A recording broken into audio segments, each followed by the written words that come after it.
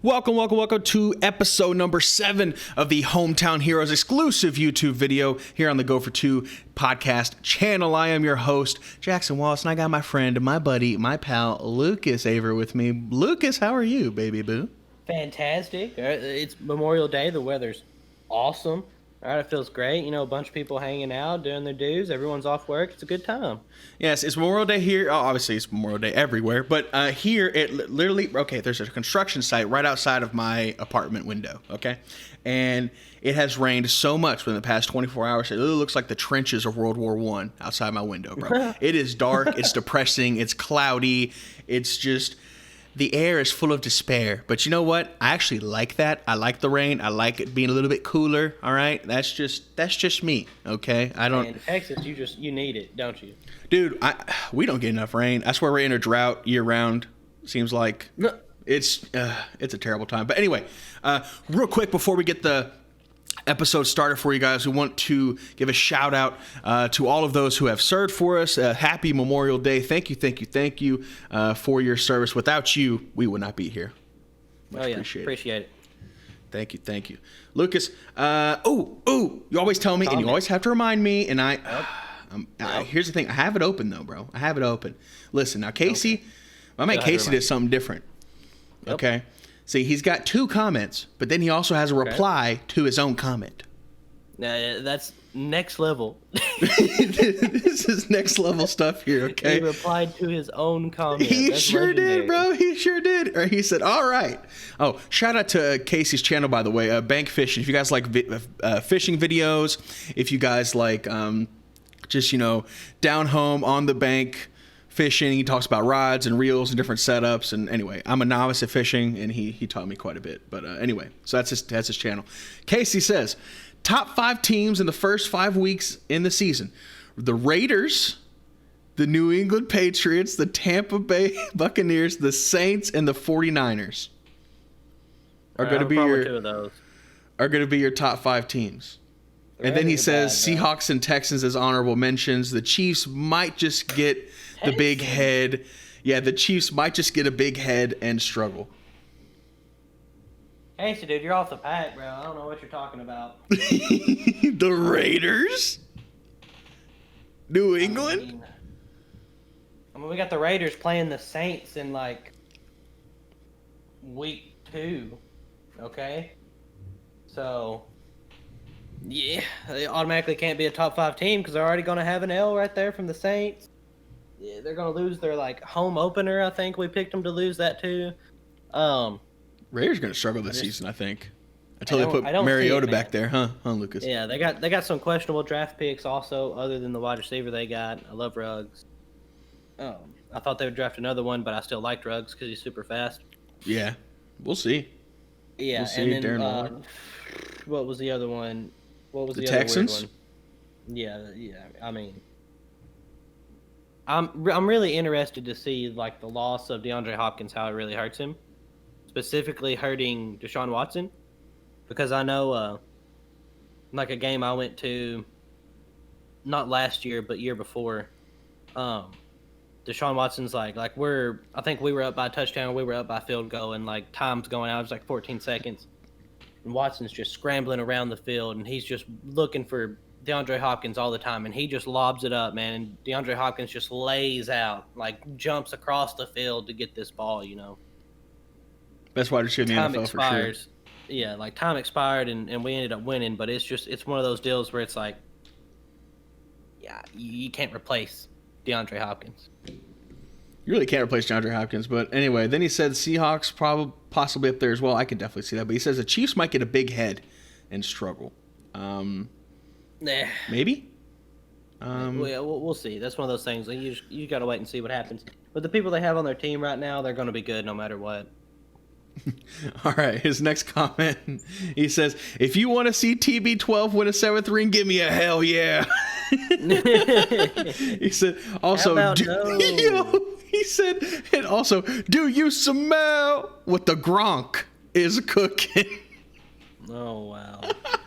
I've He had said, it with this man. he said, "Oh yeah, brother. What are you gonna do when Tampa Bay rolls on you with the Brady, Gronk, and Evans combo?" With oh, okay, I'm not making. I can't say this on the pod, bro. I can't say this next thing on the pod. I'll tell you privately, Lucas. He said, "Oh yeah, brother. With millions and millions of Gronk and Brady fans out there, Tampa Bay will play New England for the Super Bowl, and that's the bottom line because Tom Brady said so." That's the wildest thing. Like I can understand Tampa Bay going to the Super Bowl, but if you think the Patriots are up there, was that another team? Did he put Patriots in the top 5? This guy Casey, bro. I understand. Like you love the Patriots. You're a fanboy, but Brady is not there. Lucas, I'm sending you a screenshot of what this man just said, bro. I can't read that on the pod, but I have to show you because he deserves a laugh for that. Okay. I got you. I respect Casey, man, but I'm gonna need the boy to lay off the Patriots, man. Laying it on a little thick. He believes in his man Belichick, and we'll see. First year without Brady, so anyway, all right. Then he replies to that comment with this comment. And he says, "All right, guys, let's get real here. We know every Super Bowl is always just going to be a different team, just about, unless you're Brady and Gronk or Belichick. Titans signed a crap." Wait, did you see it? Did you read it? No, I'm laughing at. Okay. I'm laughing at. And we know it's going to be a different team every year in the Super Bowl, unless you're Brady, Gronk, and Belichick. All right, now you're not going to like this next part. Titans signed a crap quarterback. That Finley had one good year. He finally had one good year. Clap, clap. And the Cowboys, there's too much drama and distraction that Jerry is going to scream in his pillow at night after every game. And I wonder if I had my player taken care of earlier, maybe I would have a winning team. Jackson, the Cowboys have failed. They've had the most talented team that they have ever had in the past 20, or that they've had in the last 25 years. What makes you think they're going to come back now? They still have no defense. My Carroll Dragons Texas high school football team have a better defense than they do. Boom. Oh, whatever. This guy is wild. You wilded out here, Casey. My man. Oh my goodness. We had a decent defense last year. We're going to talk about. We're going to get into Tannehill a little bit here on this. But I just want to say highest rated quarterback last year. Okay, all right. That's all. That's all I want to say. It's whatever. He must be garbage though. It was all the run game. Barely lost to the Saints without Derrick Henry. That's all it was. No problem. All right. Anyway, that's all of our comments. Thank you, Casey, so much for the comments and the reply to your own comment. That's definitely a new one. I appreciate that one, though. I'm gonna start replying to Casey in our replies. You know, we probably should. We should up some interaction. I need to do that myself too. But thank you, Casey. Guys, if you do want to leave a comment on all of our videos, we will read every single comment as the show starts. If you have any questions or comments or concerns or anything that you want to hit us with, please do. And Casey gets lonely down there, all right? I think he's starting to go insane being by himself in the comment section. Apparently he is. He's talking to himself. He needs some human interaction. So if y'all can go down there and help the boy out, that would be much appreciated. I can't decide if he's being serious with these things or not, man. I think to a degree, I think a little bit. There's a little bit of truth in every statement, I think. Okay. Of what he believes. So let's just, I know we got some stuff we want to get into, but let's just do some general updates right now. I know the Titans literally had nothing. So, you got anything with the Cowboys? The Cowboys have pretty much nothing. There was a report that came out, actually turned out to be kind of a fake report, that the Dak wanted $45 million for his fifth-year option. And he wouldn't sign a deal that was $35 million a year. Ian Rappaport came out and said that rumor was false and that they hadn't really moved on the speculation. There is the one thing that we do know is Dak wants it to be a 4-year deal, and Jerry and the Cowboys want it to be a 5-year deal. I think the reasoning for that, Lucas, is, and please correct me if I'm wrong, but I think the cap is supposed to go up in a couple of years, in 4 years or so. And so the Cowboys want to make sure that they have Dak on for one extra year at possibly a cheaper on a cheaper deal than it would be to have to re-sign him again in 4 and pay him even more money. So right. I think that's kind of the... Well, honestly, I was thinking... What's going on I thought the new cap came out next season. like after this next season. I think there because is one. Yeah. The CBA is being signed. Yeah. We got the new collective bargaining agreement this year, so we'll see. We'll see. Yeah, the players have been like really wanting this whole 4-year deal thing because they want to get signed every 4 years and just keep pushing. I guess they want to just keep pushing up their market value. Yeah. Yeah. So, but the Cowboys, if they're going to sign you for an exorbitant amount of money, they want to make sure they get 5 years out of you. Now, and I get that. So, that's kind of where it has halted. But other than that, I haven't heard anything much from the Cowboys. So, just kind of trekking along. All right. So our thing for Hometown Heroes this week is Bill Barnwell, okay, a writer for ESPN, wrote an article ranking all of the 2020 off seasons for all 32 teams. And I just want to talk about it a little bit. Do you have it up, Jack? You got it? Yeah, I'm pulling it up on my phone right now. I'm clicking the Dallas link to push down for the Cowboys. Yeah. So you're 5th. All right. So you have the 5th best off season. Oh, okay. So I want to get your take on that. I'll go first if you want me to. He put the Titans at 25. Which, really? Okay. Yeah, I think it's a little blasphemous. Okay, well, here we go. I'll just I'll go through this with you guys here. So he ranked us at number 5 for a good offseason, which I think is probably a little high for us. We lost quite a bit. I mean, when you think about it, we lost our all-pro center. We lost our sack leader. We lost 2 safeties. And we haven't signed our quarterback yet. And so it's been kind of iffy. But what we did do right was we had a really good draft. I really, really like our draft. I mean, you guys can go back to our draft response video. We talked about it here, and we talked about it on the pod. So if you guys want to go ahead and go deep into how I thought about the draft, please check out that video. But I know that I was really happy with our pick of CeeDee Lamb, right? We were able to re-sign Amari Cooper, which was good. He was going to get paid more money to go to the Redskins, so he took less money to come here. Obviously, being a Cowboy and the whole state income tax here with Texas, so that's a big bargaining chip as well. He has us at number 5. We also lost Byron Jones, but we were able to kind of rebuild the defensive line. Right? We signed Gerald McCoy, Don Terry Poe. We also were able to land Trevon Diggs in the draft. So I think our offseason is kind of it's kind of 6 in one hand, half dozen in the other. Lucas, right. We lost a bunch, but we also gained quite a bit. Now, will that gain help what we lost? I don't know. Only time will tell. 5 is probably pretty high. I think we're pushed up there to 5 because of the CeeDee Lamb draft pick, but I would put us right around that top 10 area for a good offseason. It would be even better if we could sign Dak to a reasonable deal. If we could sign Dak to a reasonable deal, put us all the way up to number 1, baby. Let's go. But a man can dream. All right. So let me get into the Titans here because I'm a little upset. Okay. So they put us at 25. So he starts off and Bill says, "What went right?" Okay. Yeah.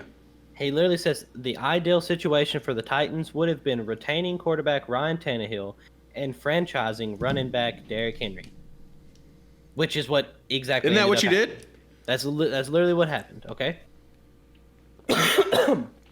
So apparently the Titans we're doing perfect so far. We're ideal. Okay, you're ideal. Okay, bet. Okay. Tennessee hasn't yet come to terms with an extension on Henry. This guy thinks that's a plus because running backs have bad contracts. All right, so he's thinking really good of us right now. Okay. Okay. We lost Jack Conklin, but we replaced it with former All-Pro Dennis Kelly. Right. He started in place of Taylor Lewan last year for a while. He played really good. We drafted a guy, Isaiah Wilson, supposed to be a good guy, so I really don't see us having a lot of problems with either one of them coming in and playing. So I feel pretty secure at the tackle, okay?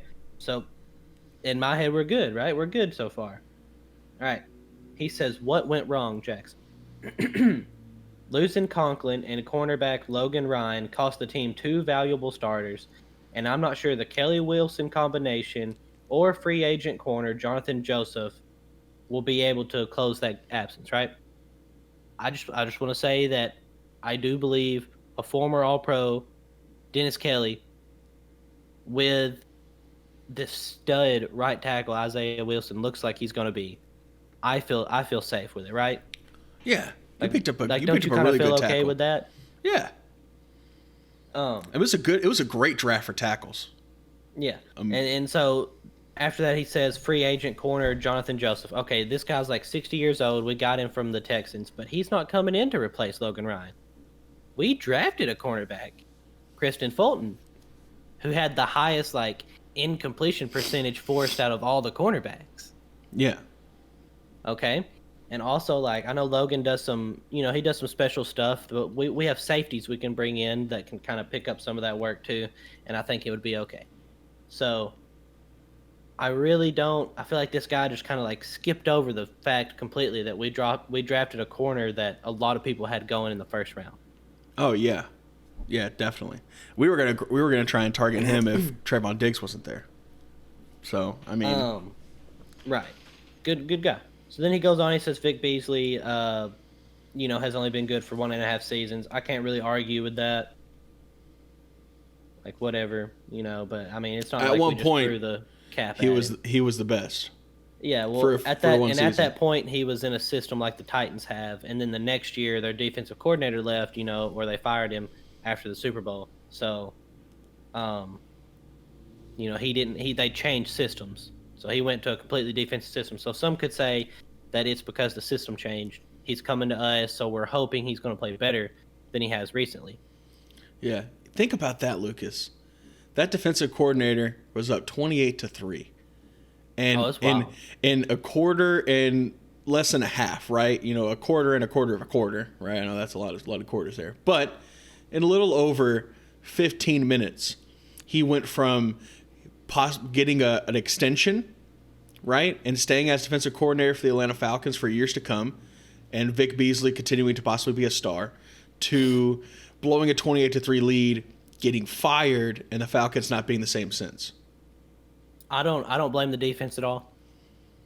I know, but I'm just saying, like, that has to be the reason wild. why. That's wild. Yeah, isn't that crazy? Like, whenever I think of that, I really blame the offense of the Falcons. They didn't run the ball. I blame their head coach for not running the ball. Yeah. Yeah. That's just, that little stuff like that. Like, I mean, it's not little, made no sense. But a significant thing that happened that has like even it turns out to be even greater like later on down the line, like with all the different dominoes and impacts that it happens. I like to think about that kind of stuff. That's wild. So then the guy goes on to say, and this is where it starts getting me, Jackson. You ready? Yeah. Most notably, to get the Tannehill deal done, the Titans practically guaranteed their breakout quarterback 3 years and $91 million. Stop. Okay, practically guaranteed and guaranteeing are different, and I'm like 80% sure that the full details of the deal is not even out yet. Okay, so you don't know what we gave them. The rumor that I heard from Jared and the GM the other day was that like we got him 3 years, and then his fourth year, or his third year is a year that we pick, right? Yeah. So it's like at the beginning of his second year, we pick up if we want him for the third year or not. So it's honestly not that big of a deal. We more than we really have him on a 2-year deal with an option. Yes. So I don't know what this guy's talking about. Which he's is saying ideal. some wild stuff, man. Which is ideal Saying for the most accurate, or not the most accurate, but the highest rated quarterback last year. Yeah, highest rated quarterback, and he's like, the Titans want to build around running the football, so $31 million quarterback is too expensive. Well, you don't know the details. Like, we don't really know the details, so I feel like it's a little hard to say $31 million when what I was hearing was like $26 million. With the new CBA rolling around next year, I don't think that deal's going to look that bad, especially considering how much money Dak Prescott's wanting, how much money Deshaun Watson's going to get, how much money Patrick Mahomes is about to get. Tell me about it, bro. It is. I mean, we paid this man like Nick Foles money, or less than Nick Foles money, I think. So, I don't like. I feel like this guy doesn't know what he's talking about a little bit. And the Titans always get the short end of the stick, Lucas. Everyone's hating on the Titans. Here's the worst part. All right. With hindsight, it's fair to suggest the Titans might have been better off letting Ryan Tannehill hit the market and going after someone better like Nick Foles or Andy Dalton at a much cheaper price. Hello? Let me put it to you this way. If I had a choice between all three quarterbacks, and I have one of those as my current backup, who would I rather have backing me up at the same price point? Definitely Ryan Tannehill. That's what I'm saying. 100%. I'd take Tannehill right now over Dak at that price point, and let me go get another free agent. So basically, Jackson, we're ranked 25th because we overpaid for a quarterback that is got you to the AFC Championship. Be more productive than Andy Dalton or Nick Foles. I'm sorry, when was the last time? This is only the guy that came in and took over a team that was 2-5. I believe we were 2-5. Yeah. 2-5 or 2-4, something like that. Yeah. Yeah. 2-5, 2-4, one of the two. And took us to the AFC Championship. And people say it's just Derrick Henry, but we weren't running the ball like that when Marcus was quarterback. Like, I hate to say it, we weren't. You know, I like Marcus, but I think Tannehill's smarter when it comes to getting up to the line and making adjustments. Seems like he has a better ability to make you pay deep. Yeah. I'm sorry, what? He's a more accurate deep thrower. Yeah.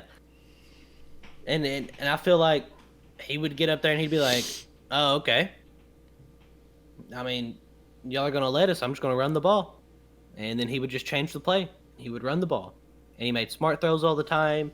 He didn't throw a bunch of stupid interceptions. Like, yeah, highest rated quarterback in the league. I don't understand. I don't understand, Jackson.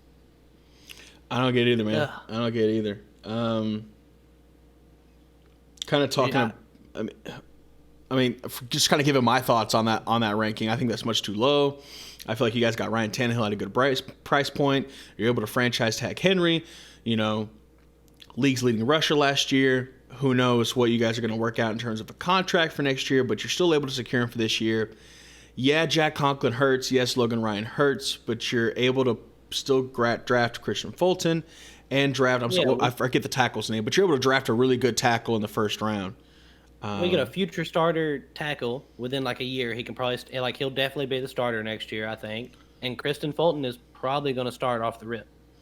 Yeah, so it's not like you got and we're talking about we're talking about an AFC South that really is up for grabs right now. Thank you, Bill O'Brien, for trading away D-Hop and making the division that much easier. I really think your biggest competition this year is going to be the Colts with Phillip Rivers, and even then. I think you guys still have a really good chance. I don't know what there's not to love kind of about the offseason. If you had re-signed Logan Ryan, or maybe if you had sealed the deal on Jadeveon Clowney by now, like I feel like your ranking has to go up with Jadeveon Clowney, right? Well, I just feel like, to me, it doesn't make any sense that like coming in, everyone all over the place is like the Titans. Their perfect offseason scenario is that they re-sign Tannehill and Derrick Henry. They're probably not going to be able to keep Conklin, and they probably won't be able to keep Logan Ryan. So they draft their replacements, and they're happy. Yeah. Like, that's as good as you could hope for. And we did exactly that. And on top of that, we got a change of pace back who's also a special teamers because we needed a punt returner and a kick returner. So I don't know what they want from us, Jackson. They want you to go ahead and sign Clowney. I think that's what they want. Which should happen. I mean, we've been talking about it. To happen. My ranking, we better go up from 25. Then we get. That's what I'm saying. That's what I'm saying, man. You get the Clown, move yourself up into a top 15, top 10 spot. I think. Yeah. Anyway, the disrespect, Jackson. It is disrespectful. What do you think about the Cowboys offseason? I kind of touched about it here in a minute, or here for a little bit. We were able to pick up Andy Dalton, which I think was actually really huge for us. We rebuilt our defensive front line, like literally completely rebuilt it. Drafted Trevon Diggs, drafted CeeDee Lamb, re-signed Amari Cooper. I mean, other than the whole Dak Prescott ordeal, I mean, what do you think? Like you said, I think 5's a little high, especially considering the situation you're in with Dak Prescott at the moment. And I think, it hurt how much you had to pay Amari Cooper. Your draft was spectacular. Looking at everything else, you're changing coaching, and you're hoping that's going to be better, but you don't really know it's going to be better because the guy that's coming in couldn't win Aaron Rodgers, really. Yeah. You're hoping he's changed his stuff. He says he has. There's a lot of question marks. Yeah, and so like, I can't say number 5. You definitely had a good offseason considering the cards you were dealt. You've done a really good job, but you're kind of getting stabbed in the back by Dak Prescott right now. Yeah, it's really bugging me, man. I know we're moving on and on about it, and that just the talk I keep hearing is when will we re-sign Dak? The deadline's coming up July 15th, and that's not that far away. We're here at the end of May already. We're about to get into virtual off season and training camp and that kind of stuff pushing up here soon, and this Dak Prescott thing is just kind of like a cloud looming over us at the moment. I know eventually Jerry's going to cave. They're going to give him what he wants. It's going to hurt us in the team. But even considering that, it's like, okay, fine. Dak, you got your money. Let's move on. Show me what you're going to do with it, right? Like, if you're going to be the highest paid quarterback or a top 3 highest paid quarterback, then you better perform like one. So I'm just anxious for this year to start, man. I'm anxious to see what Mike McCarthy brings to the table, and some different changes with our defensive schemes. I'm really excited about our new defensive line, especially Aldon Smith, man. Like, I know he's had. I won't even argue about all of his different problems that he's had. He could be terrible for the locker room. We'll see, but I think it's one of those low risk, high reward possibilities there. And so definitely, for getting him at the price point that we did, if he ends up being a bust in the problem in the locker room, it's super easy for us to cut him and just get rid of him. It's not like we gave him a whole bunch of money or anything guaranteed. But if he comes out and he is anywhere close to where he was in 2015 with San Francisco, then our defensive line looks immediately like 10 times more scary than it ever has been. So right. I'm just anxious and excited for the season to get going, man. I'm ready. I'm ready to get going. I'm ready to get this Dak Prescott thing behind us. It's been a question. Season right now. It's been a question for far too long, Lucas. I'm tired of the question marks. I just want to hit the field. Yep.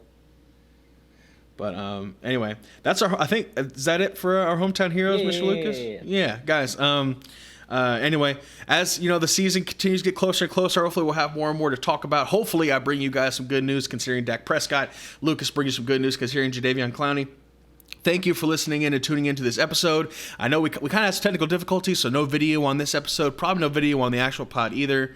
I'm running into some issues with my computer, so we'll have that fixed for next week. But anyway, thank you guys for dropping by, for listening to, and appreciating the video that really the only NFL teams that actually matter in the league. Okay, the Titans and the Cowboys. Nobody else really matters. No one else really cares about all the other teams. I know you guys only care about these 2 teams, so we provide that outlet for you guys to come in and hear all the information that is valid from them throughout the week. So thank you guys so much for listening. Please be sure to leave a comment. Casey is getting really lonely down there. He's starting to get a little bit of insane.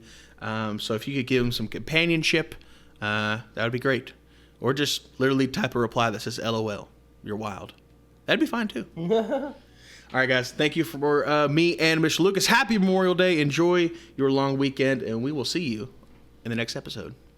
Love you. Bye. Deuces.